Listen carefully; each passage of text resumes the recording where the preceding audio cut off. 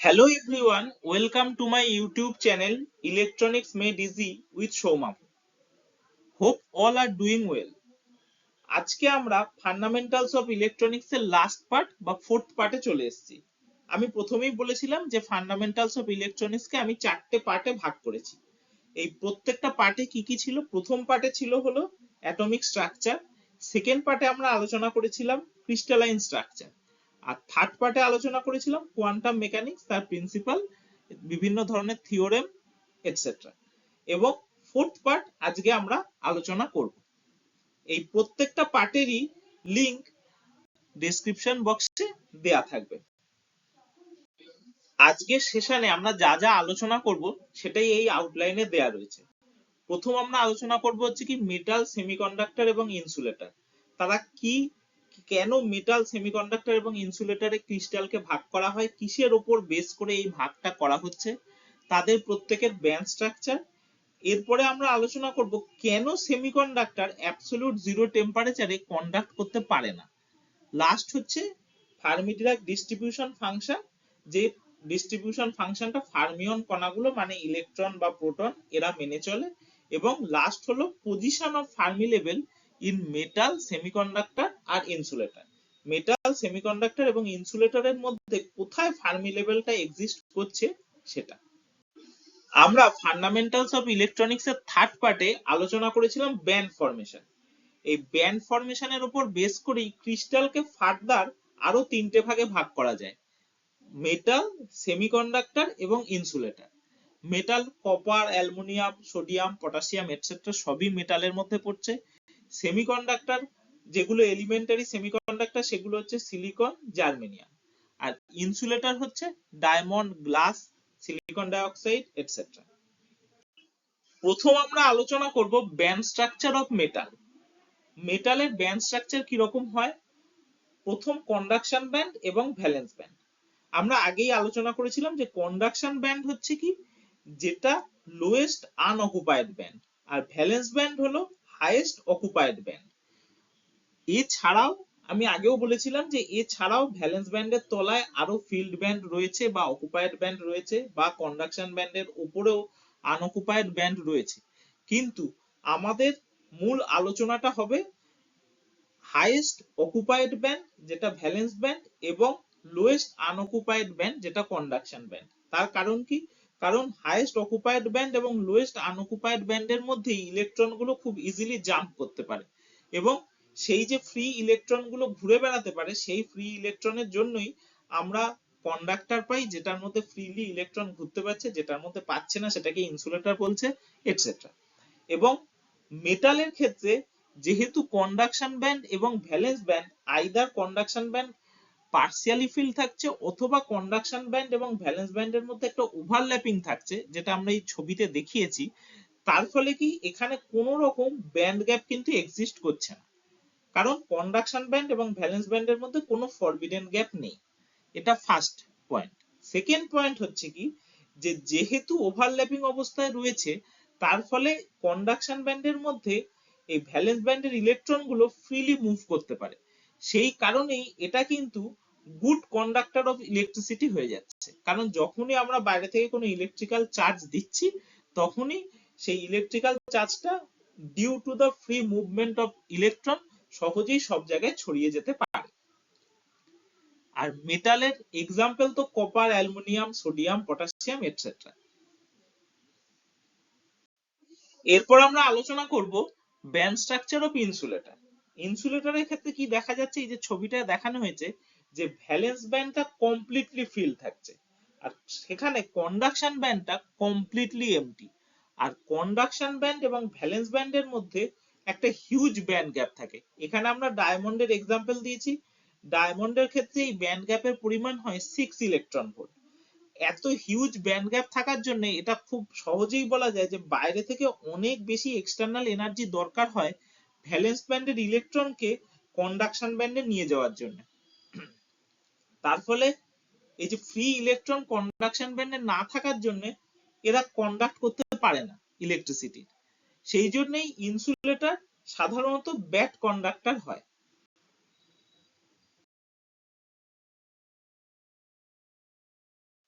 Last আমরা আলোচনা করব সেমিকন্ডাক্টরের ক্ষেত্রে। সেমিকন্ডাক্টরের ক্ষেত্রে যেটা দেখা যাচ্ছে এই ছবিতে, সেটা হলো ভ্যালেন্স ব্যান্ড কমপ্লিটলি ফিল থাকছে, সেখানে কন্ডাকশন ব্যান্ড কিন্তু কমপ্লিটলি এমটি।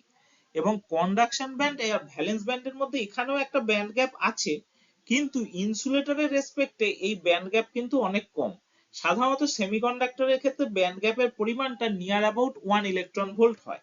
এখানে আমরা যে এক্সাম্পল গুলো দিয়েছি সিলিকন আর জার্মেনিয়ামের, সেখানে সিলিকনের ব্যান্ড গ্যাপ দেখা যাচ্ছে 1.2 ইলেকট্রন ভোল্ট, আর জার্মেনিয়ামের 0.78 ইলেকট্রন ভোল্ট। দুটোই কিন্তু 0 কেলভিন বা অ্যাবসলিউট জিরো টেম্পারেচারে। তার ফলে যেটা দেখা যাচ্ছে যে এই অল্প পরিমাণ ব্যান্ড গ্যাপ থাকার জন্য খুব অল্প এক্সটার্নাল এনার্জি অ্যাপ্লাই করলে সহজেই কিন্তু ইলেকট্রনটা ভ্যালেন্স ব্যান্ড থেকে তার বাইন্ডিং এনার্জি ব্রেক করে কন্ডাকশন ব্যান্ডে চলে আসতে পারে এবং কন্ডাকশন ব্যান্ডে ফ্রি ইলেকট্রন হিসেবে মুভ করতে পারে মেটালের মতো। সেই জন্য সেমিকন্ডাক্টর 0 কেলভিন টেম্পারেচারে কন্ডাক্ট না করলেও তার থেকে হায়ার টেম্পারেচারে এই কন্ডাক্ট করতে পারে, এবং সেমিকন্ডাক্টরের কন্ডাক্টিভিটি কিন্তু ইনসুলেটরের থেকে বেশি, মেটালের থেকে কম। সেই কারণেই এটাকে আমরা সেমিকন্ডাক্টর বলছি। কন্ডাক্টরও নয়, ইনসুলেটরও নয়, এদের পজিশনটা মাঝামাঝিতে রয়েছে।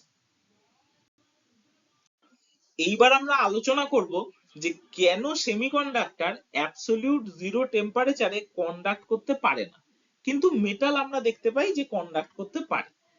তার কারণ এখানে দুটো কন্ডিশন দেখানো হয়েছে, একটা করে বাকেট রয়েছে এবং বাকেটের মধ্যে কিছু মার্বেল রয়েছে। ঠিক আছে, কন্ডিশন 1 হচ্ছে যেখানে বাকেটটা পার্সিয়ালি ফিল্ড অবস্থায় রয়েছে। তার ফলে কি হচ্ছে যে যখন আমি বাকেটটাকে উল্টে দিচ্ছি তখন ইজিলি মার্বেল গুলো একটা সাইড দিয়ে পড়ে যেতে পারছে। ঠিক মেটালের ক্ষেত্রে যেমন ব্যান্ড স্ট্রাকচার আমরা দেখলাম যে মেটালের কন্ডাকশন ব্যান্ড আর ভ্যালেন্স ব্যান্ড ওভারল্যাপড অবস্থায় থাকার জন্য কন্ডাকশন ব্যান্ড পার্সিয়ালি ফিল থাকে। তার ফলে এখানে সহজেই ইলেকট্রন গুলো মুভ করতে পারে ফ্রিলি, এবং যখন আমরা বাইরে থেকে কোনো ইলেকট্রিসিটি অ্যাপ্লাই করছি বা ইলেকট্রিক্যাল এনার্জি দিচ্ছি, তখন সেই ইলেকট্রন গুলো সেই এনার্জিটাকে সব জায়গায় ছড়িয়ে দেয় এবং সে কন্ডাক্ট করা শুরু করে দেয়। কিন্তু সেকেন্ড কন্ডিশনটা কি দেখাচ্ছে যে বাকেটটা রয়েছে, বাকেটটা কমপ্লিটলি ফিল্ড রয়েছে। তার ফলে যখন আমি বাকেটটাকে উল্টে দিলাম তখন যেহেতু মার্বেল গুলো সারিবদ্ধভাবে রয়েছে, সেই জন্য কোনো মার্বেলটাই সেইখান থেকে বেরিয়ে আসতে পারে না, পরস্পর একেবারে জসলিং করছে কিন্তু কোনো মার্বেলটা বেরিয়ে আসতে পারছে না।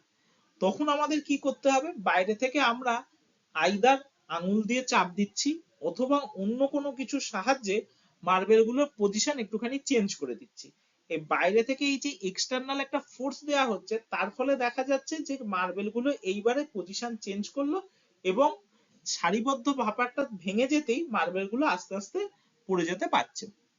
ঠিক এই কন্ডিশনটা দেখা যায় সেমিকন্ডাক্টরের ক্ষেত্রে, কারণ সেমিকন্ডাক্টরের ভ্যালেন্স ব্যান্ড কমপ্লিটলি ফিল্ড অবস্থায় থাকে, কন্ডাকশন ব্যান্ড কমপ্লিটলি এমটি অবস্থায় থাকছে। তার ফলে সেখানেও কিন্তু ইলেকট্রন গুলো এইরকম ভাবে মার্বেলের মতো সারিবদ্ধভাবে থাকে, এবং বাইরে থেকে যখন কোনো এক্সটার্নাল এনার্জি অ্যাপ্লাই করা হয় না তখন কিন্তু কোনো ইলেকট্রনই তার বাইন্ডিং এনার্জিকে ব্রেক করে ভ্যালেন্স ব্যান্ড থেকে লাফিয়ে কন্ডাকশন ব্যান্ডে যেতে পারে না। কিন্তু যখন আমি সেখানেও বাইরে থেকে কোনো এক্সটার্নাল এনার্জি অ্যাপ্লাই করি, সেই এক্সটার্নাল এনার্জি হতে পারে ভোল্টেজ, সেই এক্সটার্নাল এনার্জি হতে পারে লাইট এনার্জি অথবা থার্মাল এনার্জি, সেই এনার্জিটা কি করছে, ইলেকট্রনের বাইন্ডিং এনার্জিকে সহজেই ব্রেক করে দেয় এবং ইলেকট্রন তখন জাম্প করে ভ্যালেন্স ব্যান্ড থেকে কন্ডাকশন ব্যান্ডে উঠে যায়। এবং যখনই সে উঠছে সেখানে কন্ডাকশন ব্যান্ডকে দেখতে পাচ্ছি কি যে একদমই এমটি, সেখানে ইলেকট্রন গুলো ফ্রিলি মুভ করতে পারছে এবং তার ফলে সে কন্ডাকশন শুরু করে।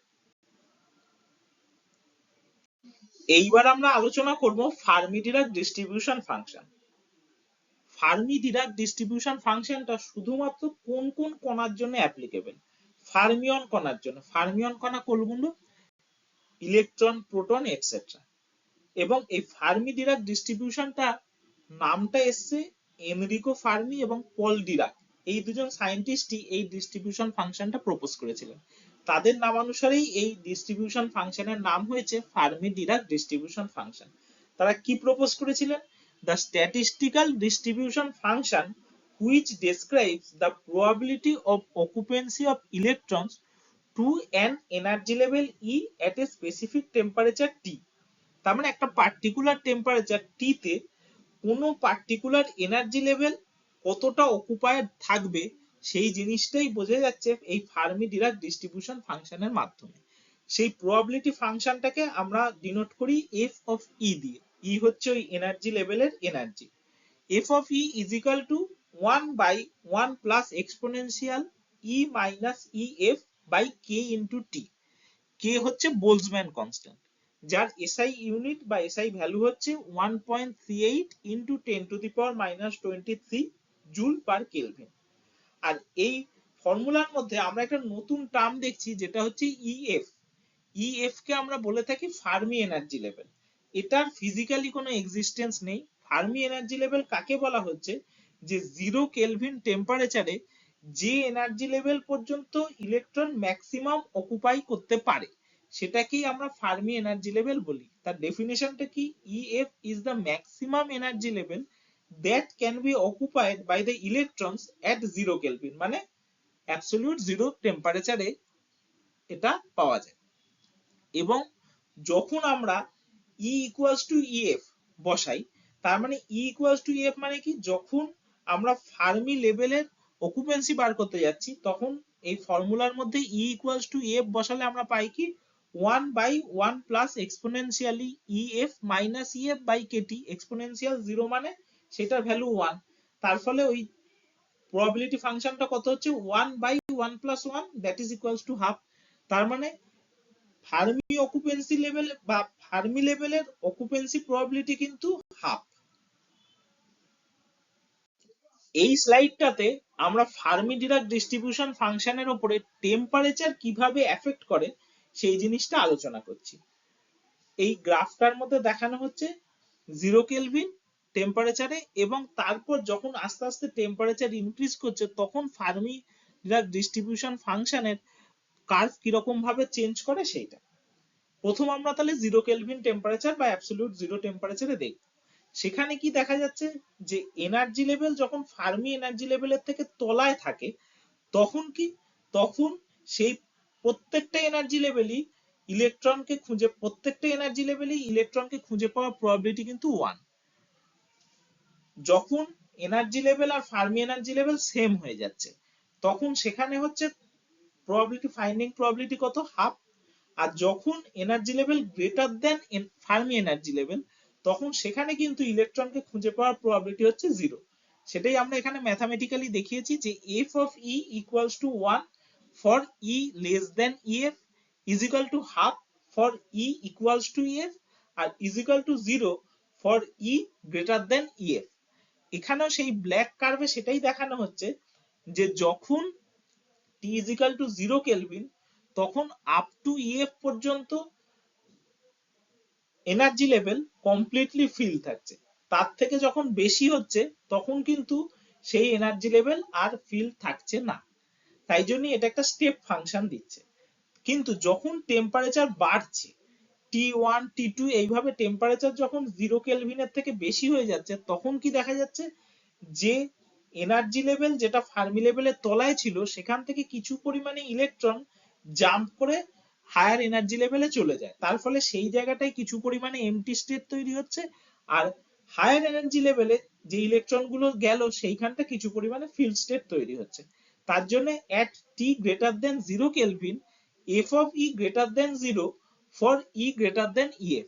তার মানে যখন t greater than 0 কেলভিন হয়ে যাচ্ছে তখন হায়ার এনার্জি লেভেল মানে ফার্মি লেভেলের থেকে বেশি এনার্জি লেভেলও সেখানেও আমরা ইলেকট্রনকে খুঁজে পাওয়ার প্রবাবিলিটি একটা নন জিরো ফাইনাইট ভ্যালু পাই।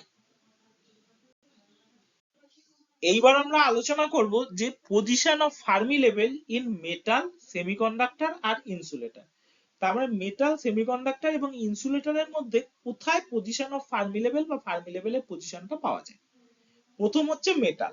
মেটালের ক্ষেত্রে তো কন্ডাকশন ব্যান্ড আর ভ্যালেন্স ব্যান্ড ওভারল্যাপড অবস্থায় থাকছে, সেই ওভারল্যাপিং রিজিয়নেই ফার্মি লেভেল থাকে। কিন্তু সেমিকন্ডাক্টর আর ইনসুলেটরের ক্ষেত্রে কন্ডাকশন ব্যান্ড আর ভ্যালেন্স ব্যান্ডের মাঝখানে ব্যান্ড গ্যাপ এনার্জি থাকছে বা ফরবিডেন গ্যাপ থাকছে। সেই ফরবিডেন গ্যাপ বা ব্যান্ড গ্যাপের ঠিক মিডল পয়েন্টে ফার্মি লেভেল এক্সিস্ট করে। If this content is useful, please put a like and share it with others. And if you want to get such videos like this, please subscribe my YouTube channel Electronics Made Easy with Shomabu. And for any suggestions or for any queries, you are most welcome to comment. Thank you for watching this.